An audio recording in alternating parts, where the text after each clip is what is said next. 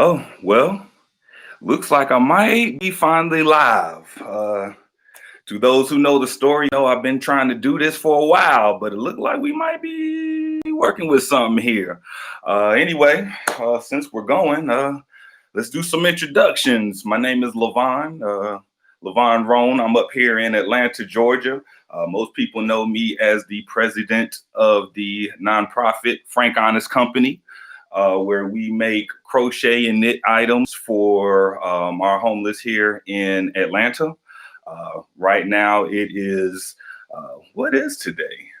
May 31st. So here we are doing our first live. A couple of things. One, yes, I do talk like this. I know my voice is not conducive to some, but hey, that's what I'm working with. Right here, we're in my office. As you can tell, I got my yarn up top. Right behind me, I got my shoes behind me. And like I said, I just like to welcome you to my nice little podcast here. We're going to get into some deep stuff later. Don't worry, we're going to get into that. But I just wanted to do a quick introduction and go easy on me. This is my first show, so I don't know the quote unquote rules, but we know we're going to make them up as we go. And so, once again, the name of the show is Craft and Conversation, where we'll talk about some current events, all while working on some crafting art type of projects. That's the type of person that I am. And it helps me to kind of calm down when things are going crazy. And if you've been paying attention to current events, things are really, really crazy. So normally, I know most people probably thought that I was going to start off by doing some crochet, whether it be blankets or scarves or something like that, or shoestrings. I do some shoestrings. Let me see. I got my LA gears here. My wife actually gave these to me for Christmas. She said she's gonna stop giving me gifts if I don't start wearing my shoes. But if you can see, I made those shoestrings right there with these two hands right here, made them. But today I'm actually going to be working on some coloring. It's kind of funny because I bring that up to people all the time when they ask me what I do to kind of relieve stress and things like that. And I go through a lot of stuff and people never expect me to say coloring, but I'll tell you, it's some therapy in coloring. I always tell people, real G's color. I don't know that for certain. But anyway, I like to say it. But anyway, like I said, with no further ado, let's get into the conversation. I got my little coloring book right here. So if I seem a little bit distracted, I am. But like I said, I have to keep my mind busy because with everything that's going on in the world, man, what can you do? But let's begin. I know what everybody wants to be talking about because I've been watching the news like everybody else. Apparently, the world is on fire. And I got to say, I'm glad. I am glad. The fact of the matter is, people are just really tired. You're tired of seeing Black people killed for absolutely, well, I don't want to say no. Well, yeah, I do. No reason. I mean, for instance, let's talk about what's jumped everything off. Got a gentleman in Minneapolis here, George Floyd, allegedly tried to pass off a fake dollar bill, a fake $20 bill. And so for that, he ends up dead at the hands of the police. Yet another one. And I got to tell you, with everything that's going on, it set everything off. And you got people out here. I'm in Atlanta, so I'm watching the CNN building get defaced and everything like that. And hey, I ain't gonna front. I was kind of cheering them on. I'm mad just like everybody else. No lie. I'm frustrated because it shouldn't take all of this to get a conviction or even to get someone arrested. I mean, we gotta sit here and burn up multiple cities just to get somebody to say, hey, maybe we should have another look at this video. Maybe these officers were at fault. It's actually like mind blowing that you have to go through all of that. But this is America. I mean, am I lying? This is America. This is what you got to do as Black people to say, hey, quit doing us like that. Quit doing us like this. We are frustrated. We are tired. And what happens? Everybody tries to tell us that, hey man, it's not that serious, dude. It's not, the only reason we have racism is because that's what you focus on. That's how people think. They think that racism happens because that's all we focus on. And I'm like, this is what drives black people crazy. Like Yvette Carnell said, black don't crack on the outside. Black cracks on the inside, because we have to sit here and explain our humanity to people that just never gonna get it. I mean, you're never going to get it. I'm just like you. I'm going back and forth with people on Facebook, Twitter, all up and down social media, trying to say, no, we're focusing on the wrong thing. It ain't about, oh, we get treated like this is why we get treated like that. We don't know how to act. I'm like, no, you're addressing the effects, not the cause. The cause is we see black people dying, death, not coming back. And that affects more than a person. You're taking somebody's father away, somebody's son, uncles. That matters to people. And I like what Dr. Cornel West said on CNN with Anderson Cooper. He said, imagine if George Floyd died in the manner that he did and nobody did anything. Imagine if nobody cared. That's not the world that I want to live in. So that's why I say, hey, when I see these people out here setting stuff on fire, and when I see people jumping on cop cars, and when I see people just gathering, hey, I'm all for it. I would have been there if I could have. But trust me, I've been to more than a couple myself. I just didn't make this one. Now, look, I'm not condoning looting. That is against the law. I am not condoning looting, but I understand. I understand. I'm not going to sit here and tell somebody not to steal. I don't know what they got going on in their personal life. You got 40 million people out here that's unemployed just here in the last 3 months. 40 million people unemployed. Trump decided to give us $1,200. That's supposed to stretch over the course of I don't know how long. And some of us are lucky. Some of us are, let me put my quotation marks. Some of us are lucky. We're still working. We get to work. So we have a paycheck coming in. Now, granted, yeah, we're working through a pandemic. We're exposed to the coronavirus a lot more than people that have the advantage of working at home. But like I said, we still have a check coming through.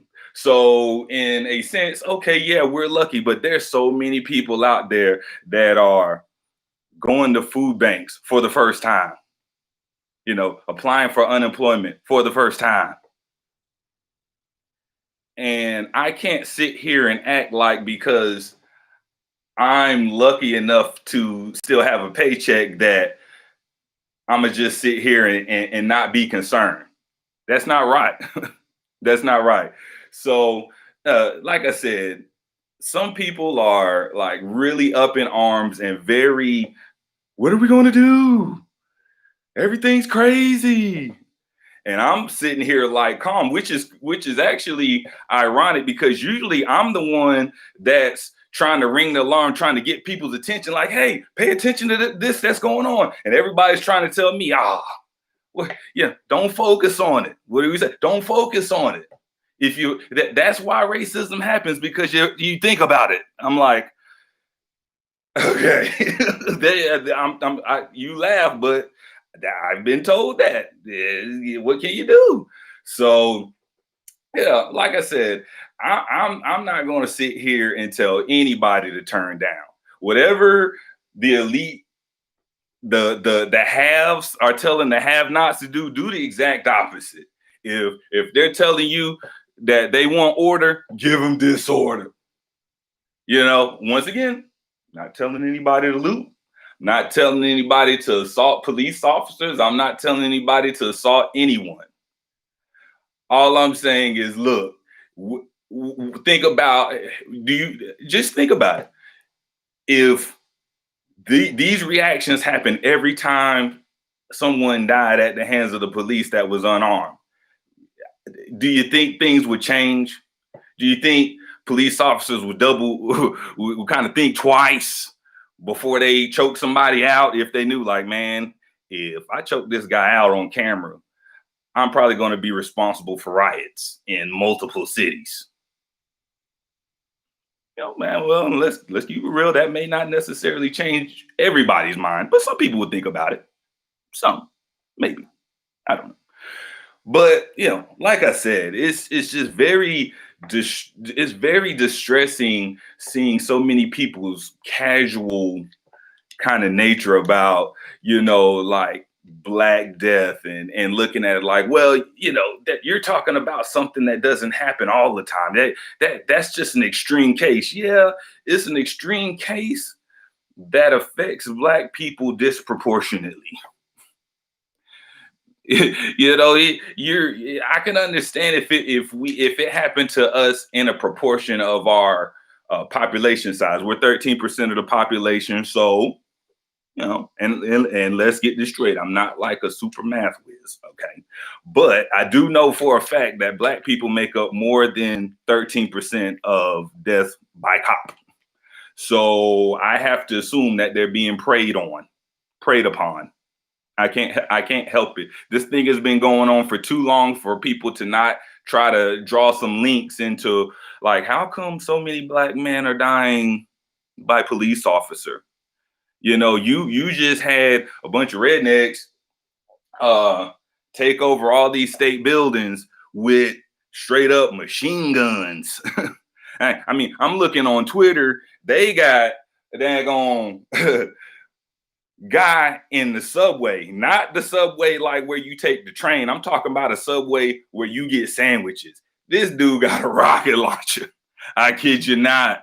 It's a rocket launcher. I don't have my software where I can throw up thumbnails and stuff like that, but I'm sure you can Google it. Google white man in subway with a rocket launcher. That should pull something up. Either on Twitter or on Google, one of them. If not, just hit me up on Facebook. I got a whole bank of pictures and I'll send it to you on Facebook. So, or Twitter. So just look me, and I have that information for you later.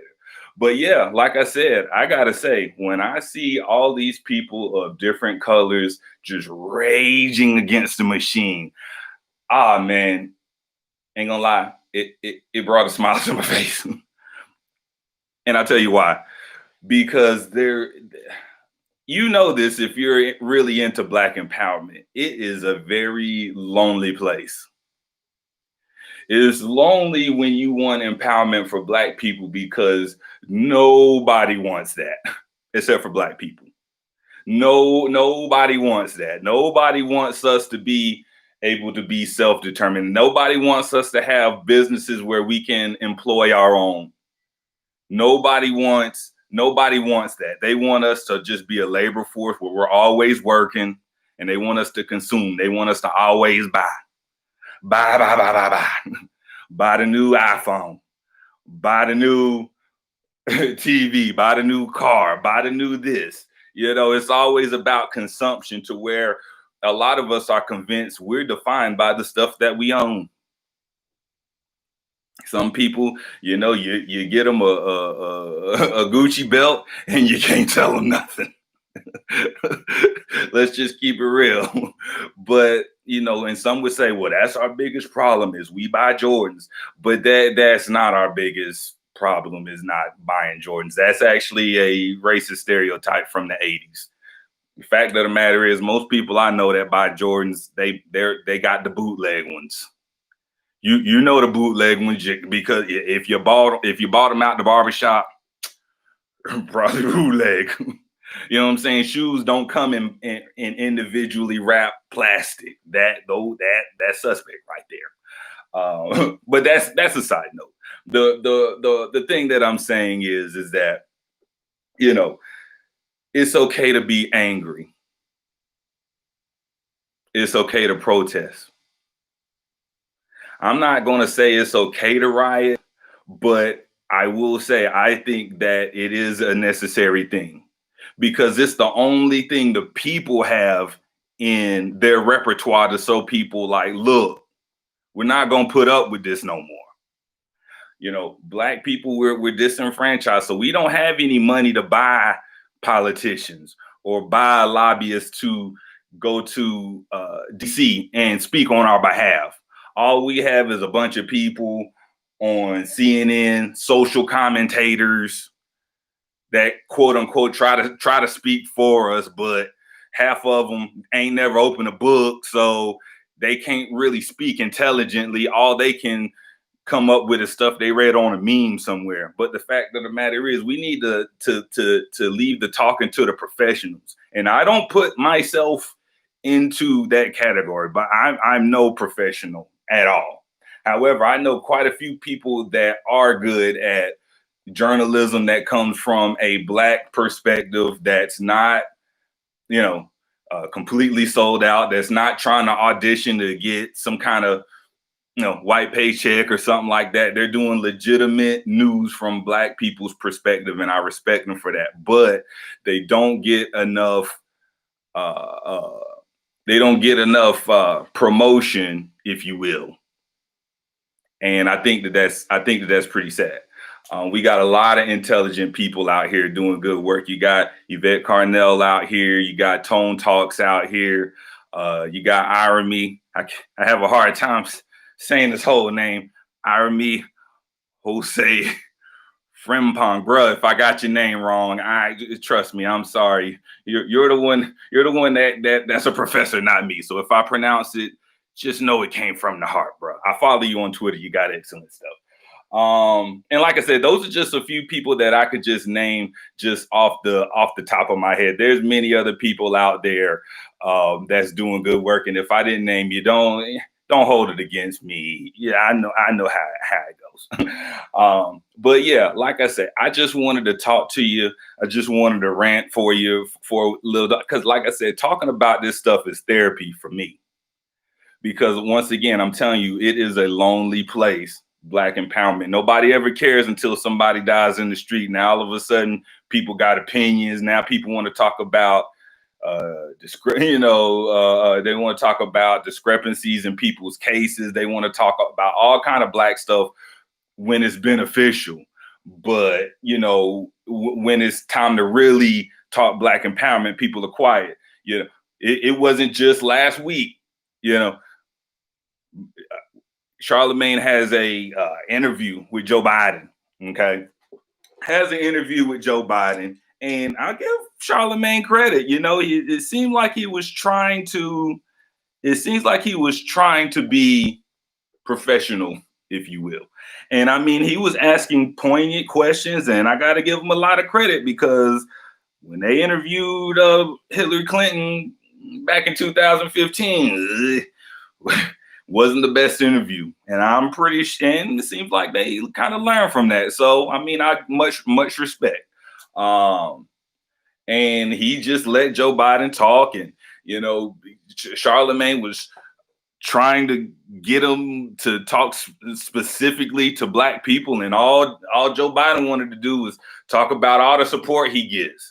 I got this many Black people voting for me, and I got support here, and I got this many percentage there, and some of my best Black friends are Black, and all this other kind of stuff. But if you look at the interview, which I did a couple of times, I mean, he doesn't give you any type of substance. He didn't say, "Hey, this is what we're going to do specifically for Black people." When he did talk about it, he was like, "Yeah, my plan is found in lift every voice," or whatever his plan was, but he couldn't name you what was in it though.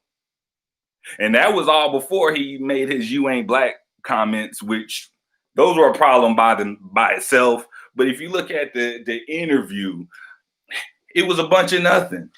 It was how you would expect somebody to talk to when they don't respect you, when Biden already knows that he has a Black vote. Well, put it like this. He thinks he has a Black vote, because there are a lot of Black people that are going to vote for him just because he's a Democrat.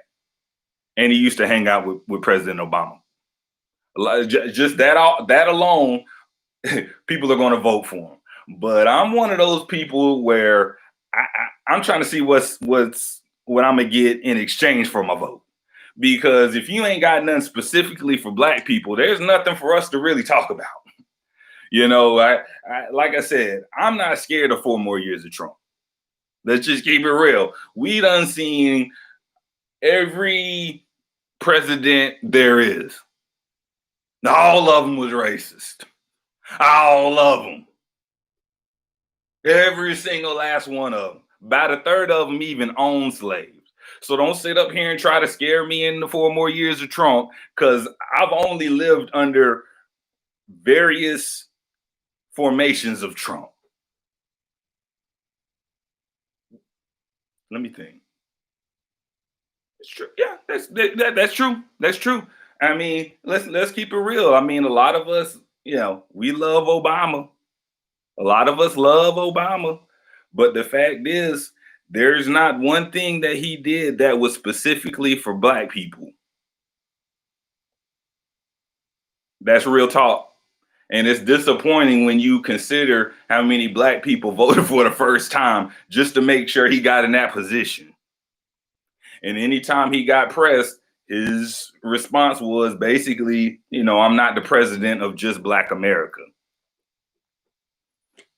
It's true. That's very true. However, you owe your presidency to black people. We are the core of the Democratic Party. I mean, I think we're owed something. And I don't think that's unreasonable. And I know that frustrates black people when we criticize Obama, but you have to. You have to. We don't get to these riots that's been going on, or what some people call riots. I like to call them rebellions, but I'll just call them riots so you know what I'm talking about. Okay. But you don't get here if you don't have 8 years of being ignored by a Democratic president, person of color. We don't get here. Let's keep in mind, Black Lives Matter was created on President Obama's watch. We were telling him, hey, Black Lives Matter. And he had a black attorney general and all of that. And George Zimmerman's still free. Let's just keep it real. We saw police officer after police officer not only kill unarmed people, we've also saw police officers benefit financially from killing unarmed people. We saw the killer of Mike Brown. His GoFundMe went all the way up to about 500,000, if not more. I stopped at 500,000. That's just the last time I looked. I don't know how much he ended up with, but let's just keep it real. It does happen. And you got to wonder, why is that? How can a person that kills a teenager, how an unarmed teenager, by the way, how does a police officer end up getting a GoFundMe that much without people at least wanting to see more evidence? He got this money probably in a few days. He already had the money. It wasn't no details out, but he got his bag though. That's what you have to see as a black person. You have to see as a black person countless black victims, and we're looking at a black president bruh, you gonna do something? And he gave us some great words. I mean, some great speeches. I mean, he said, if he had a son, he would look like Trayvon, and stuff like that. And like I said, Obama is powerful in words, but when it comes to action, woefully inadequate. I'll say that. But that's enough about him. Let's go to his predecessor, George Bush. George Bush doesn't care about black people. Hashtag Kanye West. Back when he was black when we used to mess with Kanye. We agreed with him. That's actually what made us look at Kanye in a different light. Like, oh, he's down. Of course, we know now he's on this Trump stuff. And well, that's black celebrity for you. But yeah, he's on the Trump stuff now. But back then, that Kanye, the one we messed with, Kanye that had the teddy bears on his on his album cover, that's the one I'm talking about. Had to call out the president on live TV after Katrina because he was just letting the whole city of New Orleans just stay underwater. We all saw it. Don't remember Anderson Cooper up there? He was so frustrated, he crying, legitimate tears. You know, some people don't have the legitimate stuff. We've seen that, but Anderson Cooper, to his credit, he was there in New Orleans amongst the blacks, and he was kind of like, "Hey, man, look, you can't say that they're doing good down here because I'm here and they're not doing good. We need more people like that." But anyway, George Bush, yeah. I mean, is there anything about his presidency that made you think he was a black person's ally? No, not a lot. No. I mean, I guess you could say he had Colin Powell as in his cabinet, but I mean, you know, he the one that helped him lie for the rack stuff. So I mean, yeah, he was on the team and he was down, but I mean, what can you do? That's that. Like I said, that's being black in America. You know, you got to sit up here and lie to the American people and lie to everybody else because you got to show you're a team player. Hashtag Black in America. But yeah, go before him. Bill Clinton, America's first black president. You know, people quote that like a scripture. People don't even realize when that was said, it was a joke. It was a joke. It was never meant to be taken seriously.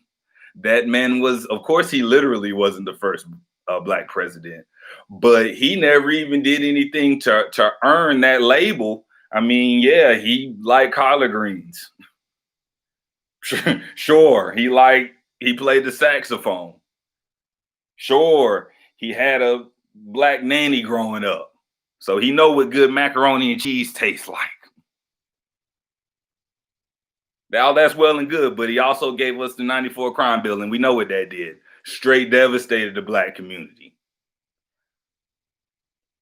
So much so that when his wife tried to run for president in 2016, both of them had to basically apologize.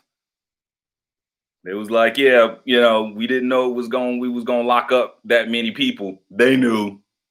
We didn't know. That's why we voted for him. And when I say we, I just mean black people in general. Shit, 94, I was 16, 15, 16. I'm not sure. I was born in 78. You figure it out. So, you know, I don't know. We don't know no better. But like I said, our black leadership and, you know, some of our parents and them, they thought it was a good idea. And so, yeah, we voted for Bill Clinton because, okay, we thought the 94 crime bill was suspect, but we was also promised other things that were supposed to be for the community, money, different things like that. Of course, we didn't get nothing but the jails and the militarized police. I mean, that's what we got. We didn't get all the other stuff we was promised, but, you know, for whatever reason, we gave Bill Clinton a pass because he liked Black Eyed Peas. And he could play the saxophone. And he knew who Oprah Winfrey was and Bill Clinton.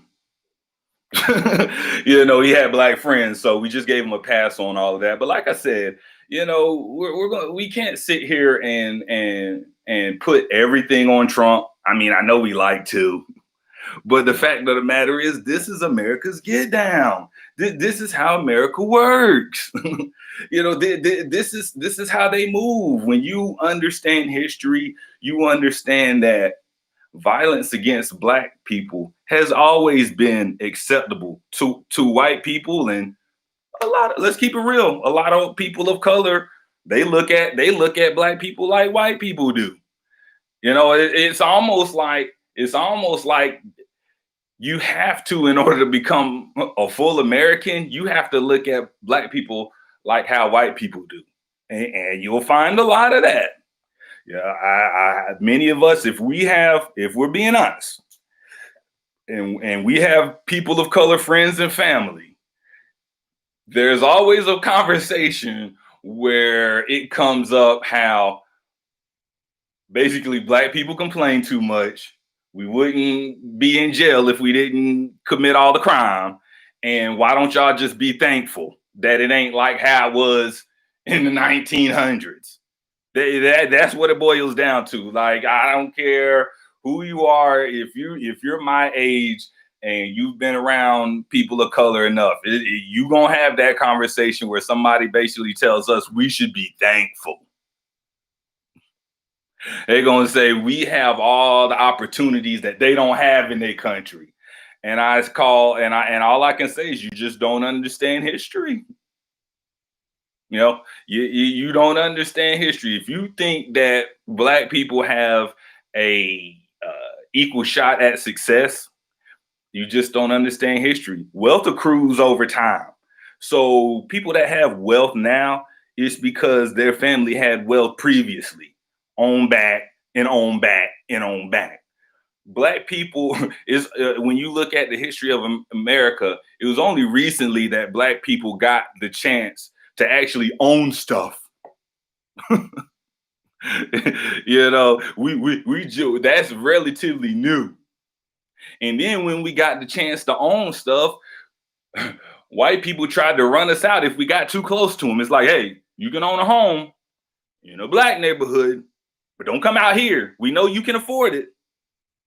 We know that you're a doctor, but you're a black doctor and you shouldn't be living out here with the white folks. You should just be in your black neighborhood and get you a big house there where the black people live. Don't come out here being successful. Stay there and be successful. That's where you get redlining from. Redlining is the area where black people could live. You were free to move along in there, live, work, start a business there. Don't come out here though. This is where you all are supposed to be. So, and let's just keep it real. Those red line districts weren't necessarily the best areas of town. A lot of them are near factories. A lot of them are just near toxic areas. We know that now. We didn't know it then. We know that now. No. And of course, where there's poverty, you're going to find a lot of crime. It doesn't have anything to do with race. It has to do with a lack of opportunity. We know that. So there's that. So imagine, being someone like my grandfather or something like that that has ambition, that doesn't want any type of handouts at all, wants to earn everything. And then you come up against someone that's telling you, yeah, we see all of that, but because you're black, not only can you not move in this neighborhood, we're just not going to give you a loan either at all. We're not going to do that. So, I mean, when you have people, when you can't get a home, that means that you can't build wealth. You can't build wealth if you can't own a home. You can't build wealth if you can't get a loan to start a business. And anybody that ever tried to be a black business owner, you know how hard it is. You know how hard it is to start a business. And I know what you're thinking. Well, it's hard for anybody to start a business, which is true. But when you're black, it's just that much harder because you got to fight for everything. And maybe for a different video, we can go into that. We can talk about black banking and loans and all that stuff. But, I'm just trying to give a history lesson to let you know that when you see riots on TV, it's not a one-off. It's usually a straw that breaks the camel's back, if you will. And every generation, we have our back broken. Every generation, there's usually something that sets us off, and this is just the latest one. Of course, the last one we saw was a few years ago. you know, in Ferguson, and then also in DC, where Obama called the protesters thugs. He did. He did. He called them thugs. Just like how Donald Trump called the protesters in Minneapolis and the other, he called them thugs. I mean, you know, you can get mad at me, but you can also Google it and find out. Yes, Obama called the black protesters in Baltimore thugs, and so that lets you know how he thinks about us. Because anybody that's black, like Adolf, a descendant of American slavery, when we get a little polish on us, we don't talk like that. We know better than calling our less fortunate brothers and sisters thugs, because we know what they're up against. We know they're up against unemployment. We know they're up against bad schools. I mean, out there in Baltimore a couple of years ago, I mean, they ain't even have heat in the schools. How can you learn when you don't have heat in the schools? Throw in the fact that so many kids out here barely can eat. Your school's cold. You don't have nothing to eat. Teachers probably teaching you, they're miseducating you. You end up dropping out because you don't see the point. And then somebody that looks like you gets murdered in your community, and nobody's trying to fess up or be responsible. Not fellow police officers calling out the bad ones, because everybody want to tell me, hey man, there's good police officers too. And I'm like, true, maybe, I don't know, because I never hear them when these things jump off. I mean, you might have one person say, make a random video, but you never hear police unions coming out like, hey, we had to look at this videotape, and we got to say that's bad police work. Breonna Taylor got shot in her own home, no knock warrant. They just bust in looking for somebody, shot her up, and then want to hit everybody off with a oops, my bad. That's what happened. And then we come to find out the person that they was looking for already in custody. That's bad police work. That goes further than a simple mistake. That's bad police work. A simple my bad doesn't fix that. My bad is your police car sideswiping my car, but I can get insurance to take care of it. That's my bad. Okay? When you bust up in somebody's house and kill them, that's being a bad police officer. It just is. And it's frustrating. And you wonder why people are out here wilding out. And while we're on it, I just wanted to say this. You notice that with these recent riots, it was more than just black people out there. And if you talk to people that was actually there, they will actually tell you that it was a lot of white people out there that was actually inciting the violence, starting the fires, busting out windows. That was them doing that. You know it's true, because usually black people know, like, hey, I don't know if we should be doing that, guys, but you know, white people don't give a fuck. You know, they got that privilege with them. You know, they know they ain't gonna kill me. I'm white. Do you know who my dad is? You know what I'm saying? White people have that kind of energy. And so to all the white people that was out there causing destruction, put my crayons down. If you was white and you was out there causing destruction,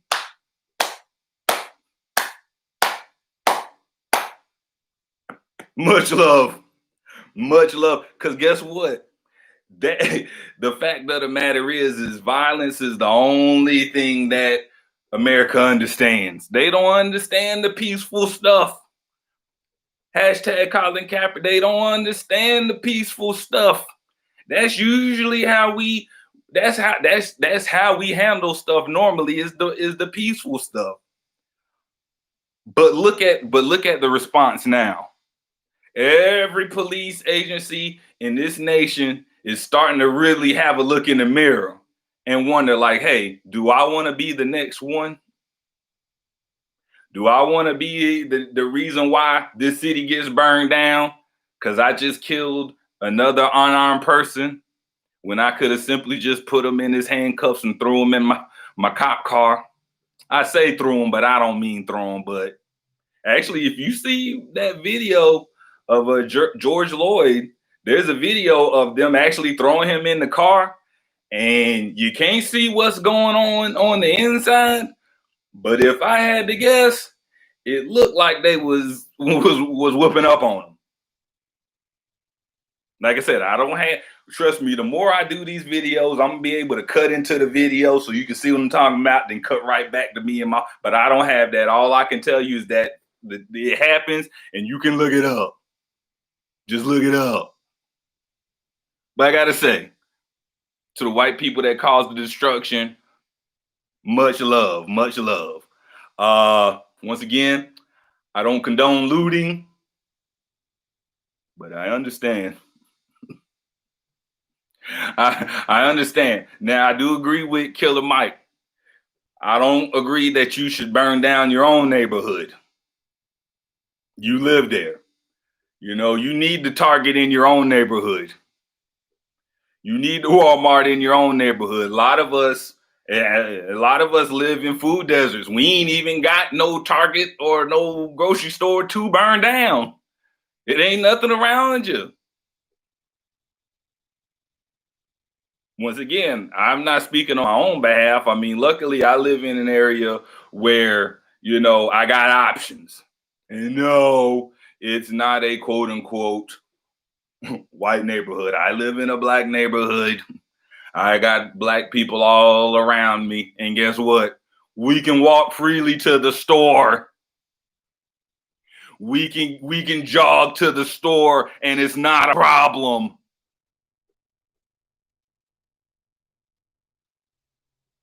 We can have people, you know, asking for, you know, the different football and the cheerleading squads. We can have them on the corner asking for money for their various groups, and nobody come around messing with them, because we know these kids need to. You got to fundraise because you ain't getting it from your county. Sorry, DeKalb. I'm just saying it just is what it is. Fact of the matter is, if your schools was funded enough, the cheerleaders wouldn't need to be out here asking for money. Personally, I think that's a bad look. But once again, I understand. You got cheerleading things. You might be some cheerleading competitions. You might need to get money for uniforms. So I ain't gonna tell you not to. I just think it is a bad look sometimes when you have our children out here on the street basically begging. But you got to do what you got to do. Some people got to beg. In order to get money, you got to push that pride to the side. That's why you got. Let's just be honest. That's why you got these rebellions all over the U.S. Because guess what? That's how some people. That's destruction. That's how they deal with pain. You know, sometimes people get in an argument or get frustrated. They go down to the shooting range and just go shooting. We go burn off some energy. Let me go shooting.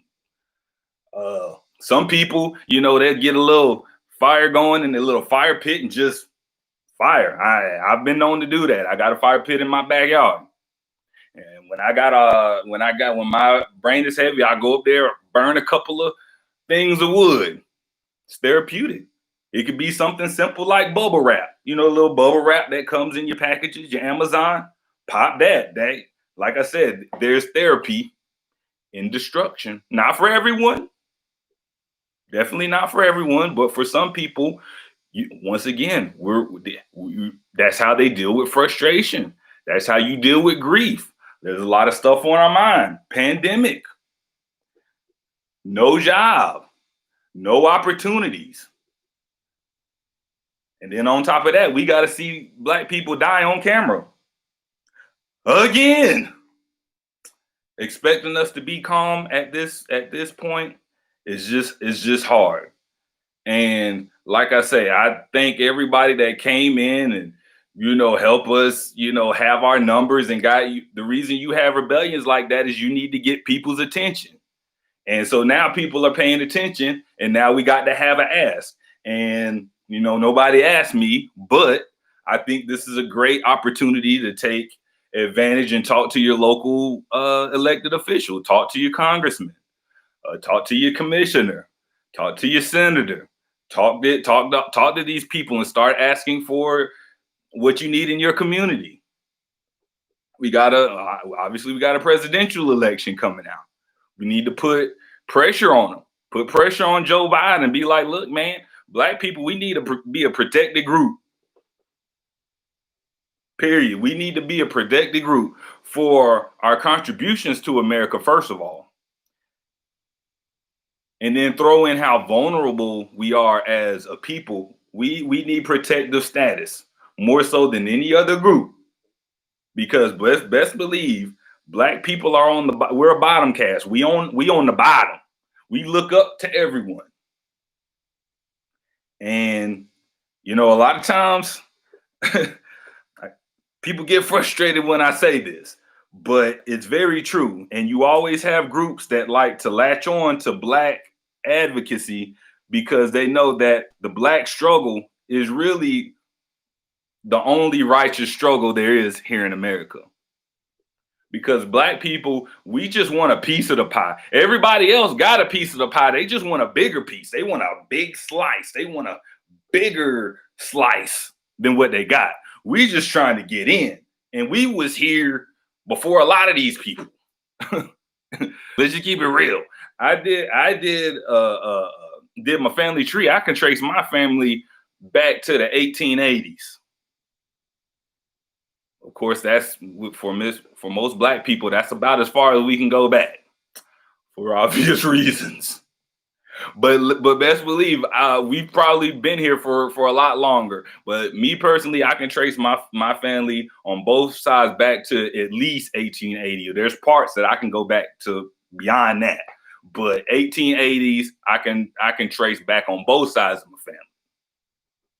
So imagine someone whose family didn't come here until the 1920s, the 1930s, 1940s, trying to tell me what they entitled to. They trying to tell us how hard they have it, if you will. What a lot of people don't realize is a lot of people of color, they didn't get here till like the 70s, 1970s, 1980s. See, we like to think that, Latinos and all these other people been here. No, it's not the truth. It's not the truth. That's it. When you look at America's history, that's a relatively recent thing when people of color started getting in. Like I said, when we were on the plantations, it was black. Let's just keep it real. So, like I said, when you're doing advocacy for black people, you can't let other groups come in here and try to move you off your center. I center everything around being black, a black person. You see, that's where my center is. Now, outside of that, yes, I'm a black man, and there are certain things that a black man goes through, whereas a black woman may not go through, where our issues are unique. I'm not going to sit here and say one person has it better than others. You see what I'm saying? I don't like to get into that because people get in their feelings and then, that kind of thing. But I will say that we have unique things, and I don't want to say who got it worse or anything like that. And you have that with also our black queer friends. It's like, yes, okay, I'm sure that there are issues that come along with being a part of the LGBTQ community. I get that. However, your blackness comes first, and that blackness is going to cause you most of your drama. We also saw that this week. The bird watcher up in Central Park Karen, or I think they called it Central Park Amy in some places, basically called the police on this guy that was filming her basically strangle her dog up. So instead of just stop strangling her dog, she calls the police on him, and you can see she's trying to perform, got them white lady tears, and she's basically, before she called the police, she even told him, she was like, "Look, I'm about to call the police, and I'm gonna tell her this African American man is threatening me." She said that before she even called him. And so the black guy was like, "Well, shit, do what you do." And so then she calls the police, out of breath and all of that. And so we saw what happened from that. Of course, a big to do. All of us was mad. We was like, look, shit, this lady is literally, oh, I don't want to say literally because that's wrong. But she looked like she was trying to put a hit, like she was calling in a hit. Because when the white people know, women especially, when the police show up, man, it's 50-50 whether or not the black guy gonna get get hurt out of the situation. You know that. So when she called them, she specifically said, "I got an African American man threatening me." Usually when people are in distress, they'll say like, "Hey, can someone help me? I'm in danger." And then the dispatcher has to come in. Okay, well, who is it? What does he look like? Woo. When you start calling in, yeah, I got this black guy doing this, that, and the other, you got to take that with a grain of salt. Usually people aren't that descriptive right off rip unless there's something more there. But needless to say, she called the police on the guy, said he was threatening them. And you see that as it comes to find out, the black bird watcher, a Harvard graduate bird watcher, he's also a gay man. But when Central Park Karen looked at him, she didn't see gay. She saw a black man. That's what she saw first. She didn't say, I got this gay man threatening me. She didn't say that. She said, I got an African American. So, like I said, we got to make sure that when we're doing our advocacy, we gotta center it around being black. I mean, I don't want to get into intersectionality here, but we need to stop doing that. I'll just say that. Maybe that's another subject for another show too. We could talk about intersectionality. But the fact of the matter is, your skin is your sin. That's all. When people look at you, they see black. Even if you're a person of color. You know what I'm saying? A lot of times people can't tell just looking at you. But a lot of times with people of color, they're quick to tell you, "Oh, hey, I'm not black. I'm a Eritrean. What else? What's another one? I'm not black. I'm mixed. I'm biracial. I got a white mom and I got a black dad, or I got a black mom or a white dad, or I'm biracial. I'm not all the way black." Or what's another one they try to think? Look at me. A lot of time I ain't gonna front. Like, I kind of have a look that kind of looks like everything, and it's not unusual for me to go into one of these stores and one of the cashiers or somebody there start speaking that native tongue, and I got to tell them like, "Look, bro, I'm just regular black." I'm just regular black. I don't know. I'm not who you think I am. And they was like, "Oh, I'm sorry. You just look like." I was like, "No, I get that all the time. Just let me get 10 on pump 5 and a couple of swishes. Thank you." You know what I'm saying? Like, I'm used to that. You know what I'm saying? But once again, like I said, we gotta make sure we center ourselves around our blackness. Quit trying to escape blackness. Quit trying to say, "Yeah, I'm black," but I'm a black nerd. I'm not like the other ones. I like anime. I'm not like them. I'm bisexual. Like, no, that doesn't take the blackness up off of you. People think it's like an escape. You can't escape. You can't say, hey, I got a degree. I'm not like the rest of them. Like that, like I said, when you're approached, people don't see that. All they see is the blackness. And there's a lot of times where people get harassed by the police, and that's more shocking than anything, because they assume that, oh, because I drive this car or I have this title, this shouldn't happen to me. And we call that being out of touch. Anytime you think that stuff that happens to black people can't happen to you because of where you work or how much money you got or your fame or your titles or your awards you got at home, it don't mean nothing. It doesn't mean nothing. So, like I said, check it out. I don't have much else to say. I know I kind of been all over the place. I'll be honest with you. This is my first video, so I'm really just trying to test it out. It says here that I'm live, but I don't even know I'm live. I'm actually hoping that my volume is on. I'm hoping that I'm actually recording, because I'm gonna feel awfully stupid if this thing hasn't recorded by now. So at any rate, I'm gonna be a lot more organized moving forward. We're gonna do a lot more videos. I hope for them not to be this long, but it also depends on what's going on. There's so much going on in the world where maybe I just need a little more time. So as you can say, I kind of went off on my tangent, so I didn't really get a chance to finish my coloring. Once again, don't laugh.